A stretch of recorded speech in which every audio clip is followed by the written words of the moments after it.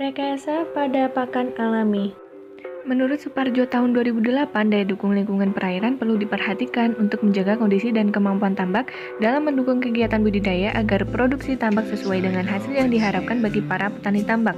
Usaha budidaya tambak ikan bandeng di Tambak Rejo Gayam Sari ini sebagian besar berskala ekstensif atau tradisional, yaitu dalam kegiatan budidaya tidak diberikan perlakuan khusus dan pemberian pakan tambahan. Budidaya ikan bandeng skala ekstensif hanya mengandalkan kelekap sebagai pakan alami bagi bandeng. Menurut Rahman tahun 2008, nitrat dan fosfat memiliki hubungan yang kuat dengan ketersediaan jumlah makanan alami di tambak. Apabila kandungan nitrat dan fosfat dalam suatu perairan itu rendah, maka hal tersebut menyebabkan ketersediaan pakan alami pada perairan juga akan rendah. Tambak milik Bapak Purnomo di Jalan Tanggung Rejo ini berskala ekstensif, maka perlu memperhatikan karakteristik perairan dan ketersediaan kelekap sebagai pakan alami. Dalam upaya menjaga ketersediaan pakan alami bagi ikan bandeng secara kontinu, dapat dilakukan rekayasa pakan alami. Aplikasi yang dapat dilakukan adalah dengan pemberian pupuk organik atau pupuk kandang pada perairan yang diberi tambahan berupa pupuk urea dan probiotik Raja Bandeng sebagai upaya yang efektif untuk menumbuhkan pakan alami di dasar tambak agar ketersediaannya selalu terjaga. Manfaat pemupukan dasar tambak pembesaran ikan bandeng dimaksudkan untuk merangsang pertumbuhan makanan alami yang diperlukan ikan bandeng selama pemeliharaan. Pemupukan dasar yang ditumbuhkan terutama adalah klekap atau lumpur dasar. Aplikasi pemberian pupuk organik atau pupuk kandang ini berfungsi untuk yang pertama meningkatkan kesuburan tanah, kedua memperbaiki sifat fisik dan kimia tanah, ketiga memperbaiki struktur tanah, dan keempat tentunya menumbuhkan pakan alami di tambak. Pupuk organik ini memiliki kandungan berupa unsur N, P, K, Ca, Mg yang sangat kompleks. Selain ramah lingkungan, penggunaan pupuk organik dalam jangka panjang dapat meningkatkan produktivitas lahan, mencegah degradasi lahan, mudah didapat, serta harga yang relatif lebih murah. Pupuk organik difermentasi terlebih dahulu selama kurang lebih 21 hari, kemudian ditebar ke permukaan tambak secara merata. Selanjutnya, untuk aplikasi fermentasi pupuk urea dan probiotik Raja Bandeng dilakukan setiap 7 hari sekali akan dapat menambah dan menstabilkan pertumbuhan plankton sebagai pakan alami yang sehat bagi ikan bandeng. Manfaat pupuk urea dan probiotik Raja Bandeng untuk tambak budidaya ikan bandeng yakni sebagai berikut. Yang pertama, pembesar dan penambah bobot ikan, kedua penambah nafsu makan, ketiga probiotik ikan penambah plankton, keempat sebagai unsur pembentuk protein pada ikan, kelima menjaga kualitas air, keenam merangsang pertumbuhan alga, dan yang terakhir membantu proses pembentukan pakan alami. Dosis pupuk yang diperlukan yaitu pupuk urea sebanyak 25 kg dan probiotik Raja Bandeng 2,5 kg per 3 hektar. Ditambahkan ke pupuk organik yang telah ditebar ke seluruh permukaan tambak. Aplikasi ini dilakukan selama 7 hari sekali agar ketersediaan pakan alami selalu stabil. Waktu yang tepat untuk pengaplikasian pupuk disarankan pada saat cuaca terik serta setelah penambahan air ataupun saat telah diganti air dengan yang baru. Jadi aplikasi ini akan lebih efektif dan memberi efek sesuai yang diharapkan para petani tambak bandeng. Dan berikut merupakan hasil pengaplikasian pupuk setelah 7 hari. Terlihat bahwa di sekitar karung telah ditumbuhi banyak pakan alami.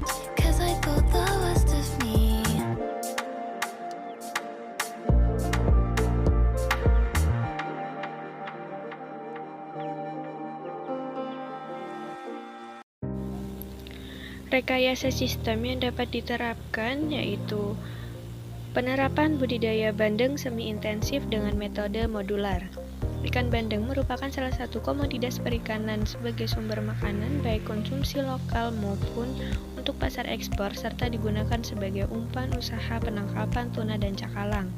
Pemenuhan permintaan ikan bandeng umumnya dapat diperoleh dari hasil kegiatan budidaya di tambak, namun tingkat produktivitasnya masih relatif rendah, pertumbuhan lambat, dan memerlukan waktu budidaya yang lama.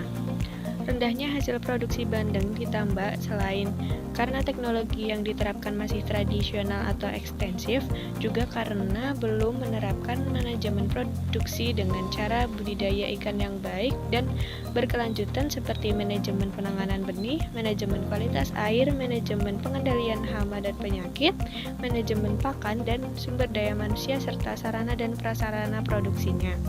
Usaha untuk meningkatkan produksi tambak dapat dilakukan dengan menerapkan inovasi teknologi budidaya semi-intensif dengan sistem modular.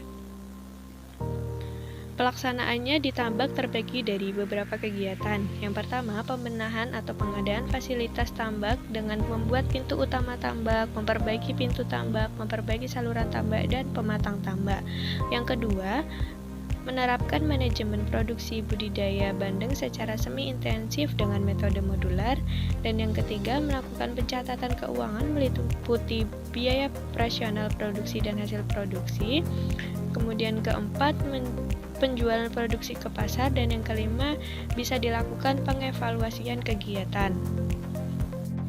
Pada kegiatan metode modular dilakukan pemeliharaan benih selama 1 bulan di kolam pendederan petakan 1, kemudian dipindahkan ke petakan 2 dan dipelihara 1 bulan atau bisa disebut petak penggelondongan, dan selanjutnya dipindahkan ke petak 3 atau petak pembesaran untuk pembesaran sampai ukuran konsumsi dengan masa pemeliharaan 3 bulan.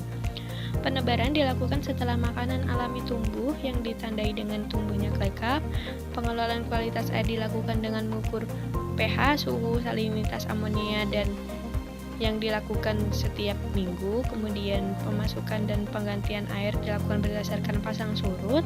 Pengelolaan pemberian pakan buatan berprotein 40%, dosisnya 10 hingga 15% dari berat total populasi ikan yang hidup di tambak, dan frekuensi pemberian pakannya 2 kali sehari. Sampling pertumbuhan dilakukan setiap bulan dan penanganan penyakit dilakukan dengan memberikan probiotik setiap bulan sebanyak 5 liter. Kemudian probiotik berfungsi pula untuk merangsang pertumbuhan ikan di tambak dengan mencampur pada pakan buatan. Produk teknologi yang diterapkan berupa produk ikan konsumsi setelah menerapkan teknologi budidaya semi-intensif secara modular setelah masa pemeliharaan berumur 5 bulan. Ukuran ikan bandeng size 5 ekor per kilogram atau minimal 250 gram untuk ukuran konsumsi dengan total produksi 423 kg per 1 siklus. Di Indonesia, teknologi budidaya yang dikembangkan adalah teknologi tradisional, modular, dan semi-intensif. Sistem modular adalah cara pemeliharaan dengan berpindah dari satu plot ke plot lain sebelum waktu panen dengan harapan dapat mengoptimalkan kualitas air dan ketersediaan makanan alami secara terus-menerus selama pemeliharaan. Karakteristik bandeng semi-intensif kolam adalah bahwa mereka memiliki area kolam di sebidang 1 hingga 3 hektar per plot dalam bentuk persegi panjang. Di peta dilengkapi dengan saluran inlet dan outlet, ada diagonal yang mengarah dari inlet dan bermuara ke saluran outlet pada setiap plot. Strategi untuk meningkatkan produksi yaitu pengaturan tingkat kepadatan, kondisi lingkungan yang baik, pemberian pakan yang memadai, dan kepadatan yang tepat akan meningkatkan pertumbuhan ikan. Perbedaan utama dari sistem modular dan semi-intensif adalah pemberian pakan, kepadatan ikan, konstruksi kolam, dan pertumbuhan bandeng.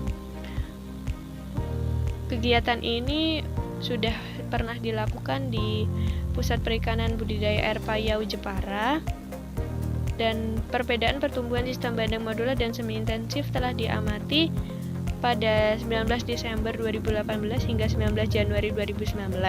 Sejak 1 bulan, bandeng diamati dengan panjang, berat, parameter pertumbuhan, kecepatan hidup bandeng, dan kualitas airnya. Teknik pembesaran ikan bandeng adalah persiapan tambak, pengapuran, pemupukan, penebaran ikan bandeng, pengelolaan kualitas air, pengendalian hama dan penyakit, dan pemanenan. Berdasarkan pengamatan yang dilakukan, pertumbuhan panjang dan berat bandeng berkembang lebih cepat menggunakan sistem semi-intensif dibandingkan dengan sistem modular. Sistem semi-intensif juga mempercepat panen bandeng yang umumnya 6 bulan hingga 4 bulan. Rekayasa kolam tambak. Kolam tambak kali ini merupakan kolam tambak alami yang dibentuk mengikuti kondisi lingkungan di sekitarnya. yang mana kolam tambak ini berbentuk persegi panjang memanjang yang berlokasikan di antara pemukiman warga. Kolam tambak ini berlokasi di wilayah Tanggungrejo, Semarang, seperti yang tertera dalam peta lokasi. Kondisi kolam tambak ini terbilang cukup luas, berlokasikan di antara pemukiman warga. Terdapat beberapa tanaman mangrove di sekitarnya, termasuk ke dalam tambak air payau. Kondisi kolam tambak ini kami ilustrasikan dengan gambar 3D sebagai berikut.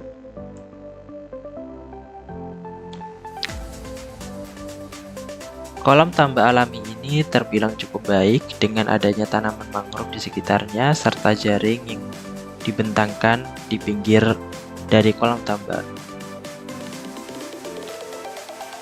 Akan tetapi, jumlah dari tanaman mangrove pada kolam tambak ini terbilang masih sedikit dan tidak merata, dan hanya berpusat pada satu titik, sehingga perlu adanya penanganan agar dapat lebih menyeluruh. Dikarenakan tanaman mangrove sangat bermanfaat bagi kelangsungan hidup budidaya ikan di tambak. Dikarenakan menurut KKP 2018, manfaat hutan mangrove bagi kehidupan adalah untuk menyerap semua jenis logam bahaya dan membantu kualitas air menjadi lebih bersih. Selanjutnya, letak tambak yang sangat berdekatan dengan pemukiman warga. Pemukiman warga pasti tidak lepas dengan adanya kegiatan rumah tangga, baik itu mencuci dan pembuangan dari limbah hasil rumah tangga. Hal ini yang perlu diwaspadai, dikarenakan menurut Hasibuan 2016, limbah rumah tangga dapat mempengaruhi terhadap kualitas air, sehingga mengakibatkan pencemaran dan dapat mengakibatkan kematian pada kultifan budidaya. Selanjutnya, hanya terdapat satu filter atau penyaring pada saluran masuknya air, yaitu penyaring pada masuknya air muara ke dalam tambak.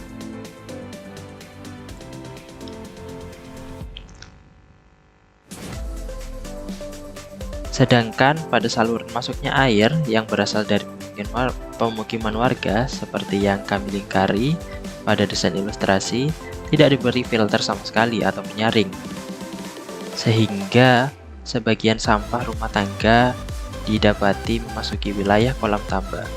Dan sebaiknya saluran juga diberi penyaring seperti pada desain kami. Hal ini bertujuan agar sampah limbah rumah tangga bisa tersaring dan tidak memasuki wilayah kolam tambak. Hal ini dikarenakan limbah dapat mempengaruhi kelangsungan hidup ikan budidaya. Kondisi terakhir yaitu beberapa jaring, khususnya yang berdekatan rumah warga, sebagian rusak, dan terdapat sampah pula yang masuk ke dalam area tambak, sehingga harus ada pengawasan dan perbaikan agar hal ini tidak terjadi.